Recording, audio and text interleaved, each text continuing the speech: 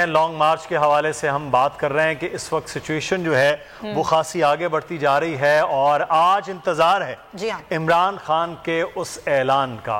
और इस वक्त जो हकीकी आज़ादी मार्च है, जहां जहां जिधर जिधर दिखाया जा रहा है, आ रहे हैं लोग, बोल अपनी स्क्रीन के जरिए दिखा रहे हैं। लेकिन सुमैया, एक बात है, इस वक्त जब मुल्क में चीज़ें बदलाव की तरफ आ रही हैं, हालात इंतखाब की तरफ जाएंगे या इनकलाब की तरफ, जिधर भी जाएंगे, इस वक्त बहुत ज़्यादा ज़रूरी है कि पाकिस्तान के मीडिया को हकीकी आज़ादी के साथ साथ हकीकी सहाफ़त की तरफ वो बढ़ना है। तो इस वक्त आपसी चपकलशों का, आपसी मामलात से ज़्यादा ज़रूरत ये है कि मिलकर पाकिस्तान में सहाफ़त को और हकीकी सहाफ़त को आगे बढ़ाया जाए। और तमाम मीडिया हाउसेस को इस वक्त एक होने की ज़रूरत है। आप इस वक्त एक हों और पाकिस्तानी होने का सबूत दें।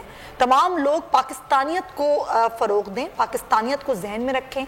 तमाम मीडिया हाउसेस इस वक्त एक दूसरे के ख़िलाफ़ प्रोपेगेंडा करने का वक्त नहीं है। इस वक्त जो है वो एक होने का वक्त है और ये एक होके ही हम हकीकी आज़ादी को परवान चढ़ा सकते हैं। वो मैसेज है जो हम देना भी चाहते हैं। और ज़ाहिर है बोल हमेशा इस बात पर यकीन रखता है मुदस्सिर कि सहाफ़त ना हकीकी सहाफ़त होनी चाहिए, सच की बुनियाद पर, दयानतदारी की बुनियाद पर। और जिस तरीके से हम बार बार कह रहे हैं कि ये अवाम की ना अमानत होती है हमारे पास, खबर जो होती है, और ख़बर को खबर की तरह ही पेश किया जाना चाहिए। खबर को प्रोपेगेंडा नहीं बनाना चाहिए, खबर को तोड़ मड़ोड़ कर पेश नहीं करना चाहिए। और यही हमारा यकीन है और यही हम इसी एक हकीकी सफ़र पर गामज़न है।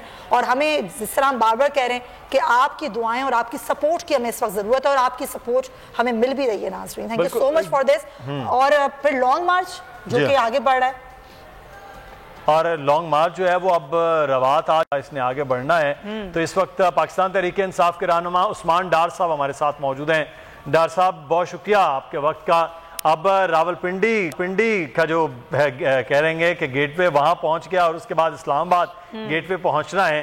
खान साहब आज ऐलान करेंगे, क्या तवक्कुआत है? आवाम इंतजार कर रही है कि खान साहब कब आए, इस मार्च का हिस्सा बने और कब उसके बाद इस्लामाबाद की जानिब बढ़ा जाए।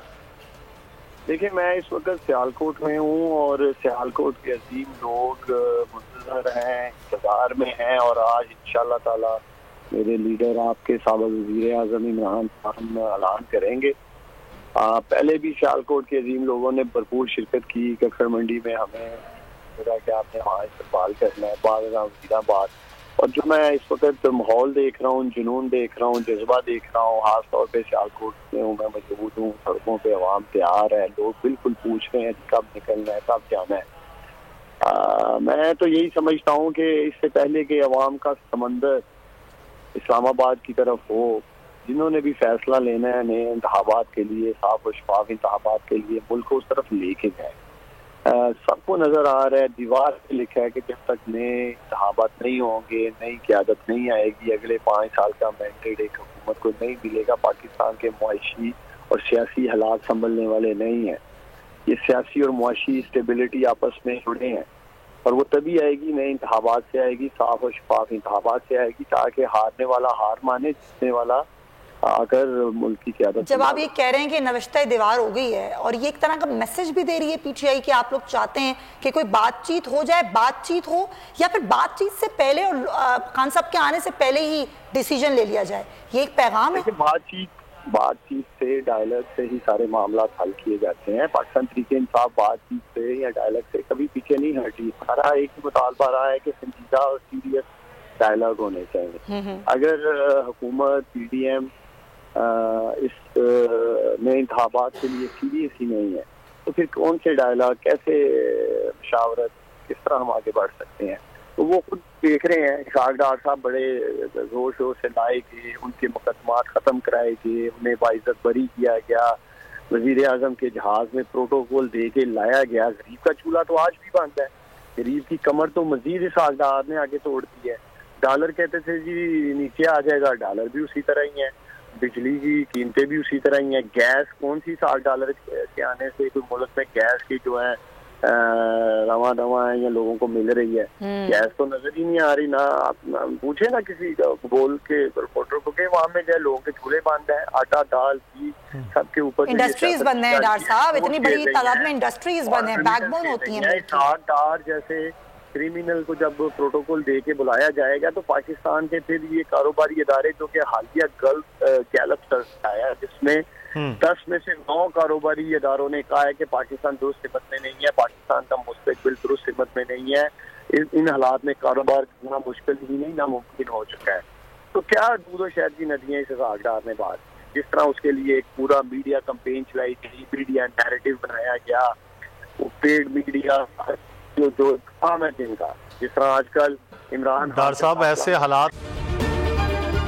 अगर ये वीडियो आपको पसंद आई है तो हमारे चैनल को सब्सक्राइब कीजिए और बेल आइकॉन को क्लिक कीजिए।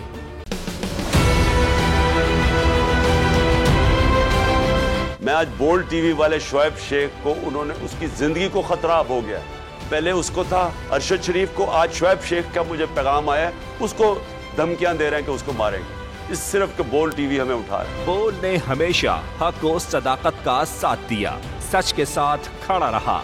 हम हैं मिसाले अब, मगर इस हवा से हम डर कर सिमट ही जाएंगे, ऐसे भी हमने बड़ी मुश्किलात, बड़े बड़े चैलेंजेस, सिर्फ बोल खड़ा रहा, बोल डटा रहा।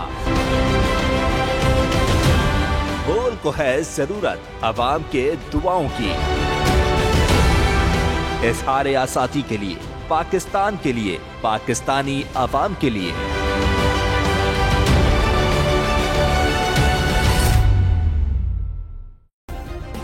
सब्सक्राइब करें और बेल दबाएं ताकि कोई खबर रह न जाए।